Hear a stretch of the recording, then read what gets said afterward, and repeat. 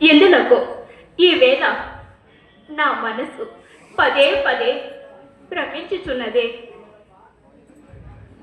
పాడే పాటల్లోనూ, మాట్లాడే మాటల్లోనూ, వీచే గాలులోనూ, గడియ గడియ గడియ గడియలోనూ శ్రీనివాసుని సుందర వదనం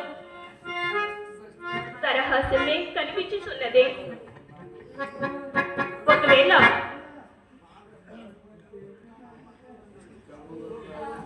ఒకవేళ నా ప్రేమ అడుగు కాసిన ఎన్నిళ్ళు అవుతుందో. ఎందుకమ్మా ఈ లోపలి స్వయం పాపము? మీరు మీ నాన్నగారు దరికేగి, నాన్నగారు మీరు దేశ దేశములు ఎందుకు గాలించగలరు?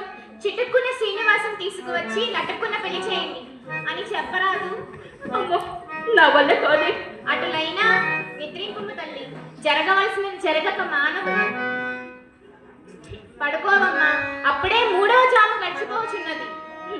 లోకమున 3వ జాము గడుచుచున్నది, కానీ నా ప్రేమ ప్రథమ జాము కూడా గడవలేదే. నిద్రింపుము తల్లి, తెల్లవారగానే ఆకాశ్ రాజు గారితో మాట్లాడి నీ కోరిక చెబుతాను.